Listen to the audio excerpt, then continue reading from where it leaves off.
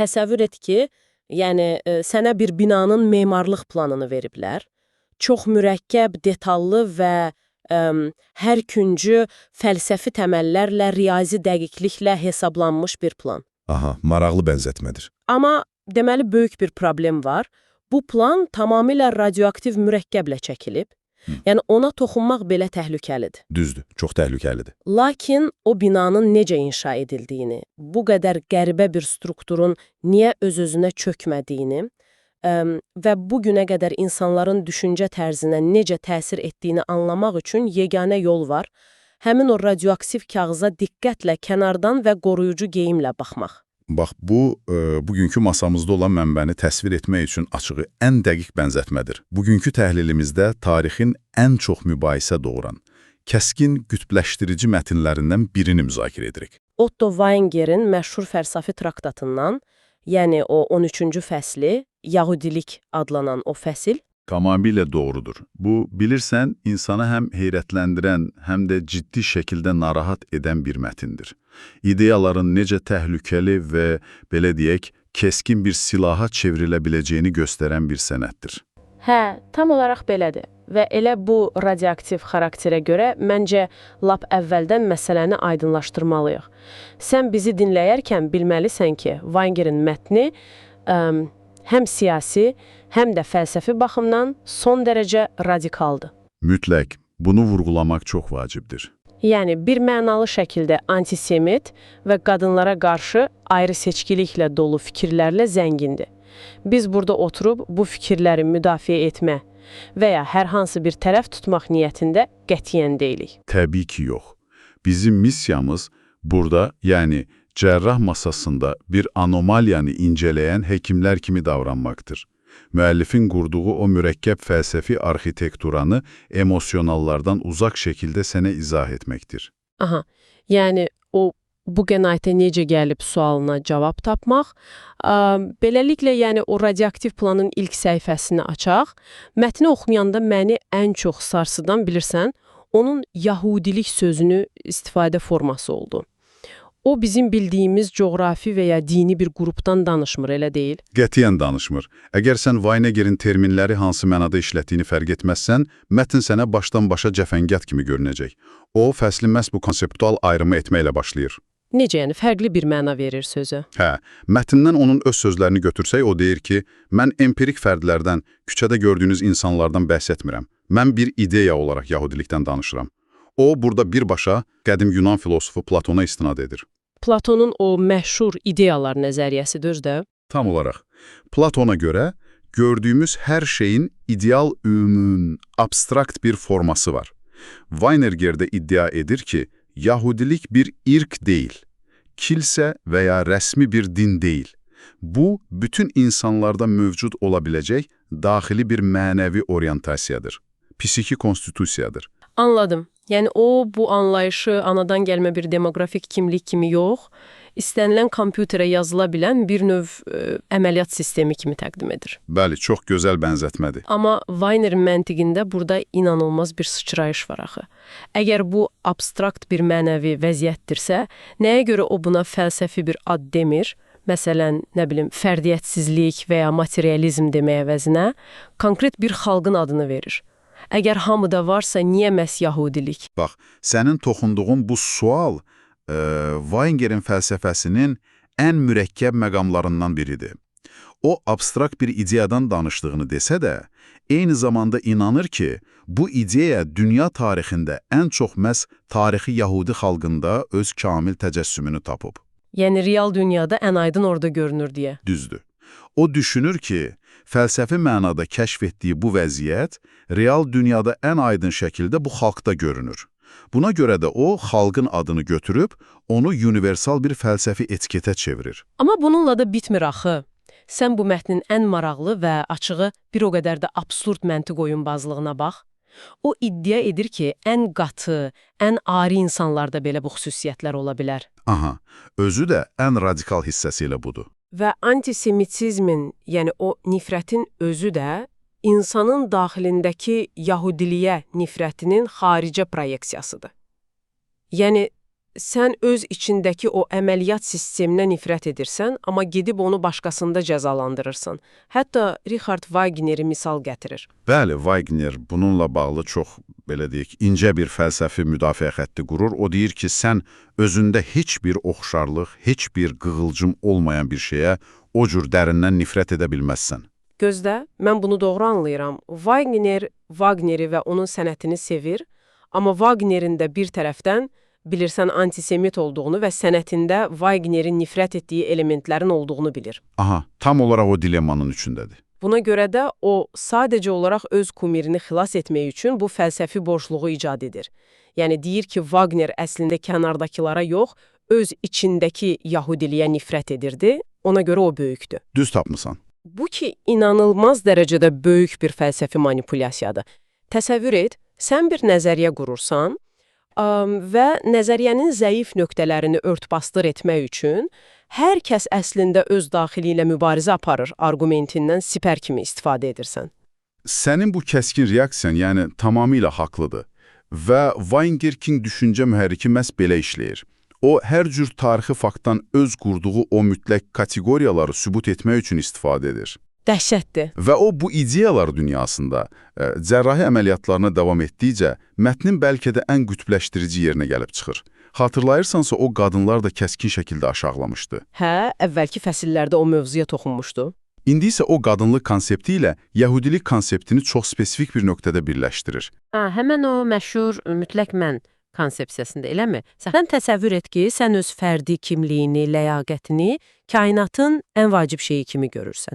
Amma Wenger deyir ki, qadınlarda və yəhudilərdə bu mən, yəni ego yoxdur. Bəli, mütləq mən yoxdur onlarda. Səncə onun mütləq mən deyərkən nəzərdə tutduğu dəqiq fəlsəfi mexanizm nədir? Niyə o düşünür ki, onlarda bu yoxdur? Yəni, Weingerin mütləq mən dediyi şey sadəcə egoizm və ya, nə bilim, özünü sevmək deyil. Bu, insanın özünü kainatda azad, müstəqil və mənəvi cəhətdən məsuliyyətli bir varlıq kimi dərk etməsidir. Aha, yəni sarsılmaz bir ruh kimi. Düzdür. O hesab edir ki, məni olan şəxs heç nədən asılı deyil. Amma qadınları və yahudiləri o, fərdi varlıqlar kimi yox, sadəcə olaraq nəsillərin, bioloji ardıcıllığın detalları kimi görür. Yəni onlar sadəcə cəmiyyət içində əriyirlər, eləmi? Bəli, o düşünür ki, onların həyatının mənası fərdi azadlıqda deyil, sadəcə yaşamağa davam etməkdir. Bax, bu nöqtədə o, fərdiyyətin olmamasını çox böyük siyasi nəticələrlə bağlayır ki, bura doğrudan da, yəni mənə görə çox diqqətə layiqdir. Wenger deyir ki, fərdi mən olmadığı üçün onlar mülkiyyət və dövlət kimi anlayışları dərk edə bilmirlər. Aha, bu onun ən böyük iddialarından biridir. Bu hissəni oxuyanda bir anlıq dayandım. Necə yəni fərdiyyəti olmayan dövləti anlaya bilməz? Məntiqi əlaqə hardadır burada? Çünki Wengerə görə həqiqi dövlət bioloji sürü deyil. Dövlət hər birinin öz məni, öz şəxsi sərhədləri olan fərdlərin şuurlu şəkildə bağladığı bir müqavilədir, bir ittifaqdır. Anladım. Yəni sərhədin yoxdursa başqasının da sərhədinə hörmət edə bilməzsən. Tamamilə. Sən ancaq hər şeyi kütləviləşdirməyə meyilli olursan. Diqqət et, mətndə o Karl Marxı və kommunizmi tam olaraq bu səbəbdən hədəf alır. Ciddi deyirsən. Kommunizmi də buna bağlayır? Əlbəttə. O iddia edir ki, kommunizm mülkiyyəti və fərdi sərhədləri silmək, hər kəsi böyük bir bioloji kütləyə çevirmək istəyən bir cərəyandır. Wenger kommunizmi məhz bu mən yoxsunluğunun təcəssümü hesab edir. Vay, adam bunu hara qədər gətirib çıxarıb? Və bilirsən, o sərhədləri dağıtmaq istəyini hətta məişət ənənələrinə qədər endirir. Mənim üçün mətnin ən qəribə anlarından biri elçilik, yəni o nikah vasitəçiliyi məsələsinə toxunduğu yer idi. Hə, o şadxəndik məsələsi. Çox maraqlı detaldır. O deyir ki, onların insanları bir-birinə calamağa, vasitəçilik etməyə böyük həvəsi var. Çünki ortada heç bir sərhəd olmamalıdır, hər kəs qarışmalıdır bir-birinə. Sən bu məntiqi sıçrayışın böyüklüyünə bax da. Bəli, mücərrəd fəlsəfədən birbaşa məişətə keçir. Lakin burada mənim onun o möhtəşəm memarlıq planında böyük bir çat gördüyüm yer var. Bir dəqiqə. Əgər müəllif onların fərdiyyətinin olmadığını, dövləti anlaya bilmədiklərini deyirsə, bəs necə olur ki, mətndə onların qırılmaz, inanılmaz dərəcədə güclü ailə bağlarının olduğunu qəbul edir. Aha, bax burada o paradoks yaranır. Yəni ailə də bir növ kiçik dövlət, fərdlər birliyi deyilmi? Bu onun öz teoriyasını alt-üst etmir ki. Sənin tapdığın bu çat, deməli əslində Weinger'in ən ustalıqlı inşa etdiyi müdafiə xətlərindən birini aparır bizi. Normal məntiqlə, ailə bağları fərdlərin bir-birinə sədaqətini göstərir. Lakin onun fəlsəfəsində ailə şuurlu, fərdi seçimlə yaranmış bir ittifaq deyil. Bəs nədir onun üçün ailə? Ailəni xalis bioloji bir fenomen kimi təqdim edir. Heyvani nəsil artırma instinktinin davamı kimi. O iddia edir ki, ailəyə və nəsillərə həddən artıq bağlılıq insanın öz şəxsi ali məqsədləri olan bir fərd kimi yox, sadəcə bir hüceyrə kimi yaşadığını göstərir. Deməli, ailəpərəstlik fərdiyyətin təsdiqi yox, məhz şəxsiyyətsizliyin sübutudur onun üçün. Tam olaraq belədir. İnsan öz məni ilə ayaqda dura bilmədiyi üçün ailə şəcərəsinə sığınır. Yəni onun məntiqinə görə. Nəfəs kəsici dərəcədə ziddiyyətli, amma yəni öz daxilində bütöv bir məntiqdir. İndi isə düşün, bütün bunlar bizi hara aparır? Əgər insanın içində fərdi bir mən, azad bir ruh yoxdursa, onun əxlaq anlayışı necə olur? Bax, bura Kant fəlsəfəsinin dövrəyə girdiyi yerdir. Weinger mətndə Kant fəlsəfəsinə söykənərək onlara çox sərt bir diaqnoz qoyur axı. O deyir ki, onlarda nə mələk ola bilmək qabiliyyəti var, nə də şeytan.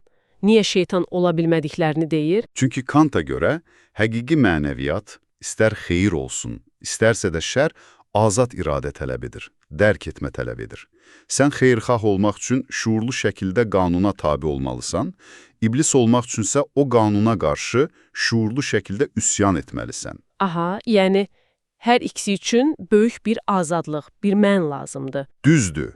Weinger deyir ki, onlarda bu mən olmadığı üçün iblis prinsipi də yoxdur. Qəhrəmancasına üsyan edən, yıxılmış mələk obrazı yoxdur onlarda, sadəcə aşağıdırlar. Və bu da bizim mətnin ən əsas sütunlarından birinə, o mütləq materializmə gətirib çıxarır.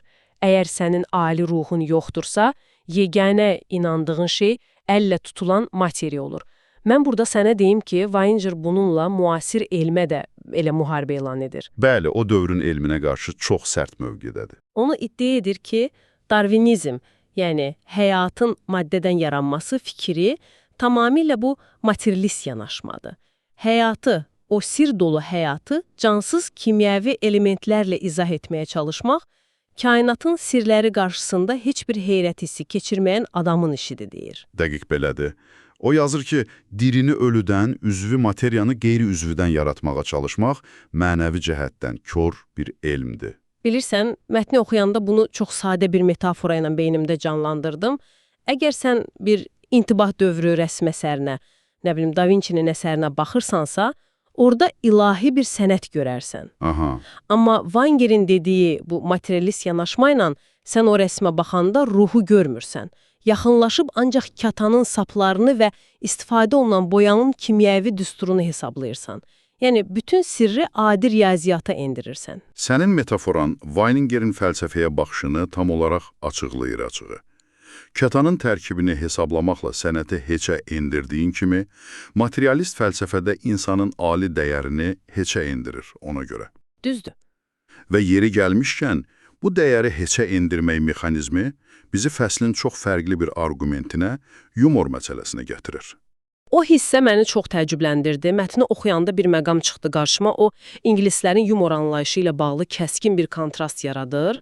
Yəni, o qədər ağır fəlsəfənin içində qəfil bir mədəni tənqid. Bəli, o deyir ki, onlar həqiqi yumordan tamamilə məhrumdurlar. Niyə belə düşünür ki? Etdikləri ancaq istehza və satiradır, deyir.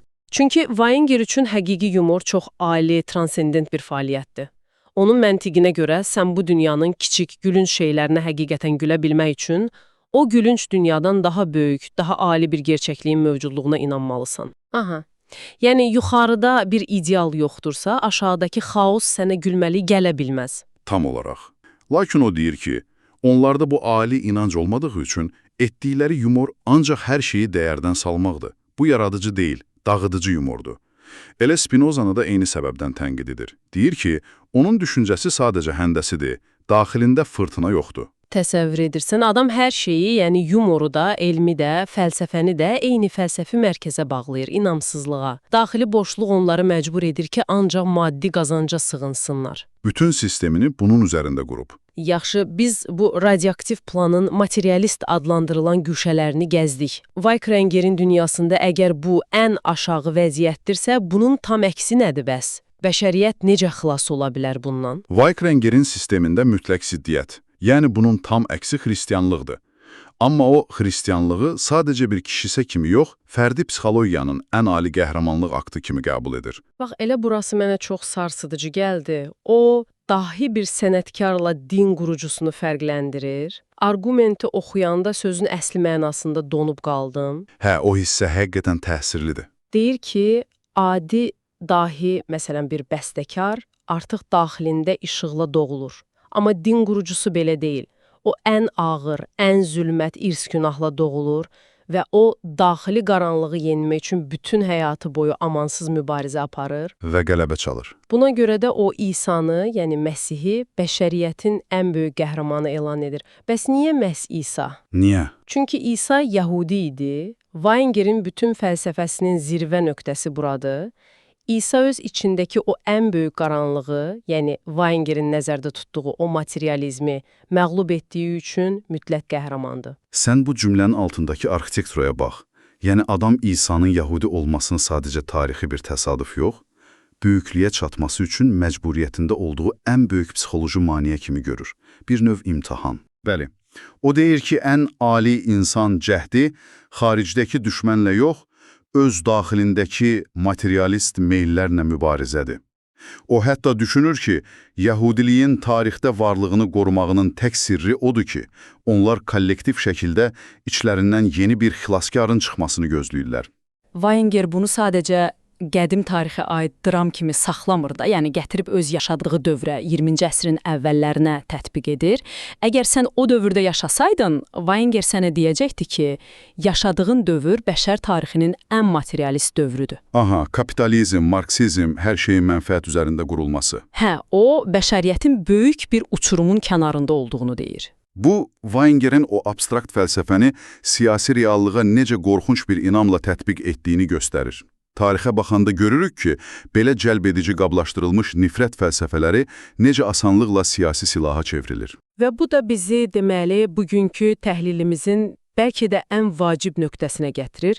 Bizi dinləyən sən, böyük ehtimalla fikirləşirsən ki, əgər bu mətn bu qədər ağır və radioaktivdirsə, niyə biz vaxtımızı buna xərclədik? Bunu eşitmək sənə nə verir? Çünki dünya yalnız, belə deyək, təhlükəsiz və gözəl ideyalardan ibarət deyil. Bu mətin sənə göstərir ki, fəlsəfi konsepsiyalar tarix boyu bütöv insan qruplarını necə kateqoriyalara ayırıb. İdeoloji qütbləşmələri anlamaq üçün sən bu cür arxitekturaları kənardan cərrah dəqiqliyi ilə söküb yığmağı bacarmalısan. Çox doğru. Biz fəlsəfəni ondan qorxmaq üçün yox, onu dərk edib dekonstruksiya etmək üçün öyrənirik.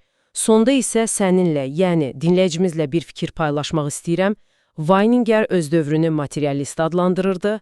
İndi bir anlıq düşün. Maraqlıdır. Nə ilə müqayisə edəcəksən? Əgər Weiner bugün dirilib bizim reallığımızı, yəni alqoritmlərlə idarə olunan, hər şeyin rəqəmlərlə ölçüldüyü, insanın ən kiçik xüsusiyyətlərinin dataya çevrildiyi bu dünyamızı görsəydi, nə düşünərdi? O, bu rəqəmsal dünyaya baxıb, bunu özünün materialist kabusunun tam reallaşması kimi qəbul edərdi. Yoxsa bəlkə də etiraf etməyə məcbur olardı ki, İnsanlıq ən dərin texnoloji uçurumun, süni intellektin içində belə həmişə yeni metafizik mənalar axtarıb tapmağa qadirdir. Bax, bu sualı bugün özün üçün düşün. İnsan ruhu dataların içində itir, yoxsa o dataların özündən yeni bir dərinlik yaradır? Bugün öyrənə biləcəyimiz ən böyük dərs, qaranlığın və işığın necə bir-birinin içində mövcud olduğunu anlamaqdır. Bizimlə olduğun üçün təşəkkürlər, növbəti dəfəyə qədər.